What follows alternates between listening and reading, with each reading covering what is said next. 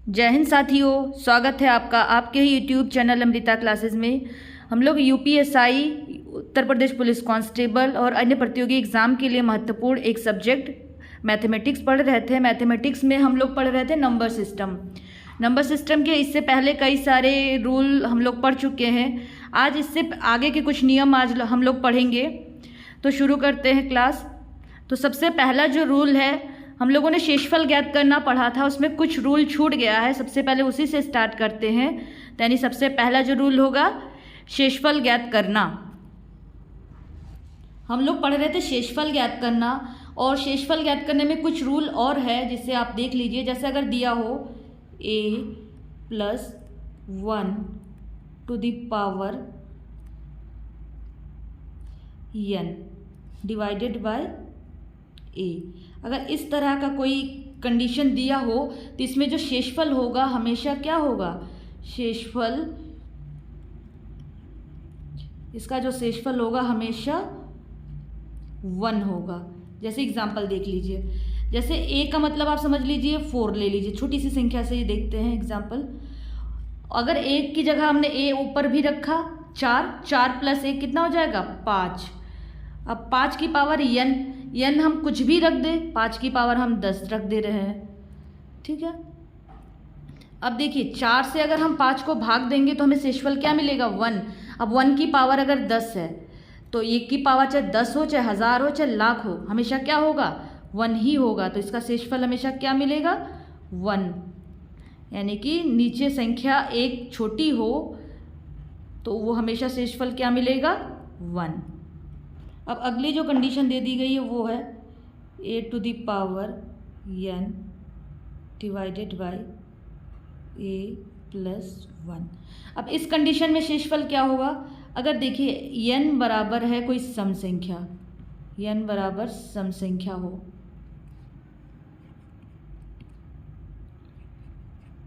n बराबर कोई सम संख्या हो, तब यहाँ पे जो शेषफल होगा वो क्या होगा, शेषफल बराबर होगा 1, ठीक है। और n बराबर अगर कोई विषम संख्या हो,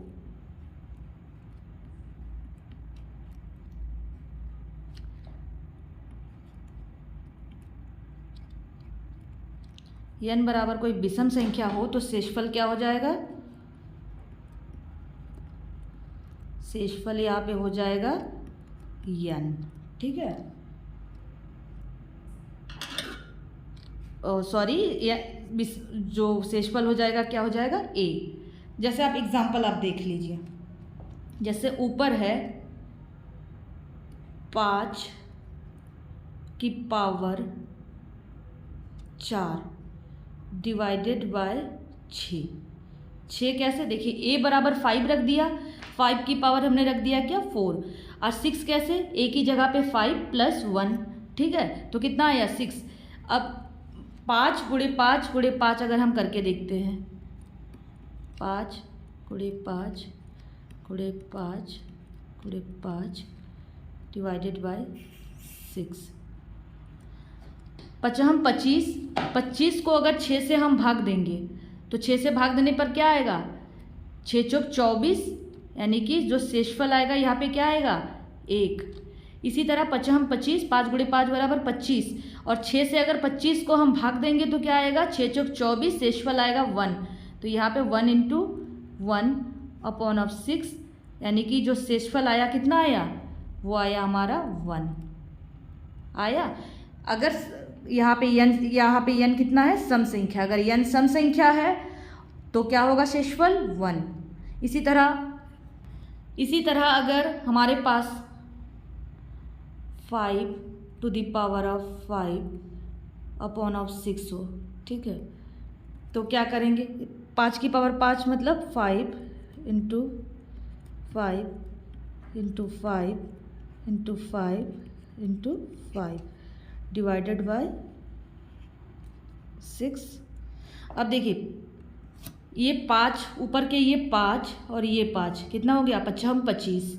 25 को अगर हम 6 से भाग देंगे, 6 चौक 24, बचेगा शेषफल कितना 1। फिर ये वाले 5 और ये वाले 5, ये क्या हो जाएगा 25, यहाँ पे भी शेषफल क्या आ जाएगा 1। फिर हमारे पास लास्ट में क्या बचा 5 और नीचे क्या है 6। अब देखिए 5 एकम 5 अपॉन ऑफ 6। अब यहाँ पे 5 जो है 6 से छोटा है, नहीं कटेगा तो हमारा शेषफल क्या हो जाएगा 5 ही आ जाएगा। यही तो हमारा क्वेश्चन कह रहा है। जैसे अगर हमारे पास हो a to the power of n upon of a plus 1, तो a to the power of n अगर सम संख्या है तो हमारा जो शेषफल आएगा 1, और n अगर विषम संख्या है तो हमारा शेषफल आएगा a। ठीक है। अगला जो रूल है वो है क्रमिक विभाजन। क्रमिक विभाजन क्या है? जब किसी संख्या को एक संख्या से भाग दिया जाता है और भागफल पुनः किसी दूसरी संख्या से भाग दिया जाए, इस प्रकार के विभाजन को क्रमिक विभाजन कहते हैं। इससे रिलेटेड कैसे क्वेश्चंस पूछे जाते हैं, डायरेक्ट क्वेश्चन से ही आपको दिखा रहे हैं कि कैसे इस पे क्वेश्चंस आता है, सॉल्व करके दिखाते हैं। जैसे क्वेश्चन है, किसी संख्या को 3 व 5 से भाग देने पर 1 व 2 शेषफल प्राप्त होता है। यदि उसी संख्या को 15 से भाग दिया जाए तो शेषफल बताइए। इस तरह का क्वेश्चन दे दिया जाता है, उसके बाद इसका आंसर पूछता है, शेषफल पूछता है। तो इसको करके देखते हैं। देखिए, जब हम लोग भाग देते हैं तो भाग में एक होता है भाजक, एक होता है भाज्य, एक होता है भागफल और एक होता है शेषफल। भाजक क्या होता है? जिससे हम भाग दे रहे हैं किसी संख्या को, अगर हम जिस संख्या से भाग दे रहे हैं उसे हम भाजक कहते हैं। शेषफल क्या होता है सबको पता होगा, अगर आप लोगों ने भाग दिया होगा। भाजक, भाज्य, भागफल, शेषफल। तो सबसे पहले हमें यहाँ पे लिखना क्या है? भाजक। ठीक है, ये हमारा हो गया भाजक। और फिर नीचे लिख दीजिए शेषफल। भाजक का मतलब क्या है? जिससे हम भाग देते हैं। तो हमारा जो क्वेश्चन क्या कह रहा था, किसी संख्या को 3 व 5 से भाग देने पर, 3 व 5 से भाग देने पर हम 3 और 5 को इस तरह भाजक लिख देंगे, यानी कि 3 और 5 जिससे हम भाग दे रहे हैं। शेषफल हमारा क्या बच रहा था? भाग देने पर 1 व 2 शेषफल प्राप्त होता है, यही तो क्वेश्चन कह रहा था। 1 व 2 शेषफल प्राप्त होता है। अब सबसे पहले हमें इस संख्या को निकालना है कि संख्या क्या है। क्वेश्चन यही तो कह रहा है कि यदि उसी संख्या को 15 से भाग दिया जाए तो शेषफल बताइए। तो सबसे पहली बात तो हमें वो संख्या ही ज्ञात करनी है। संख्या ज्ञात करने के लिए हम क्या करेंगे? देखिए, सबसे पहले ये जो 5 और ये जो 2 है इसे हम जोड़ेंगे। 5 और 2 कितना आ जाएगा हमारा? 7। इस 7 को हम इस 3 से मल्टीप्लाई कर देंगे। यहाँ से हम क्या करेंगे? मल्टीप्लिकेशन। 7 त्रिक कितना हो जाएगा? 21। अब ये 21 आया और ये जो 1 है इसे हम जोड़ देंगे। 21 और 1 कितना हो गया? 22। ये हो गया हमारा संख्या। ये जो है 22 जो है हमारी संख्या है। और इस 22 को अब कह रहा है कि उसी संख्या को 15 से भाग दिया जाए। अब इस 22 को हम 15 से भाग दे रहे हैं। 15 से अगर हम 22 को भाग देंगे तो हमारा शेषफल क्या मिलेगा? 15 एकम 15, शेषफल आ जाएगा हमारा 7। 15 और 7 22, तो शेषफल हमारा हो जाएगा 7। इस तरह से क्रमिक विभाजन के क्वेश्चंस पूछे जाते हैं। आपको किस तरह से निकालना है? सबसे पहले भाजक को लिखना है 3 और 5, उसके बाद जो शेषफल दिया गया है उसको लिखना है, फिर इस तरह जोड़ देना है। पहले 5 + 2 जैसे हमने किया 7, यहाँ पे कोई भी संख्या हो इसी तरह आपको सबसे पहले संख्या निकालना है। तो 5 और 2 7, फिर इसका क्रॉस मल्टीप्लिकेशन होगा। 7 त्रिक 21, 21 और 1 22, ये हमारा संख्या हो जाएगा। और इस संख्या को हम 15 से डिवाइड करेंगे तो हमारा शेषफल क्या हो जाएगा? 7। अगला जो टाइप का क्वेश्चन आता है वो है फैक्टोरियल n में 0 ज्ञात करना। फैक्टोरियल का मतलब आप समझ रहे हैं? n का मतलब जैसे आप समझ लीजिए कि फैक्टोरियल 5 दे रखा है, तो फैक्टोरियल 5 का मतलब है 5 × 4 × 3 × 2 × 1 तक। इसी तरह फैक्टोरियल 100 तक है तो 100 × 99 98 97 पूरे 1 तक जाएंगे, ये होता है फैक्टोरियल। तो इस तरह की कोई संख्याएँ दे दी जाती है, उसके बाद उसमें पूछा जाता है कि 0 क्या होगा इसमें। ठीक है, कितने ज़ीरो होंगे।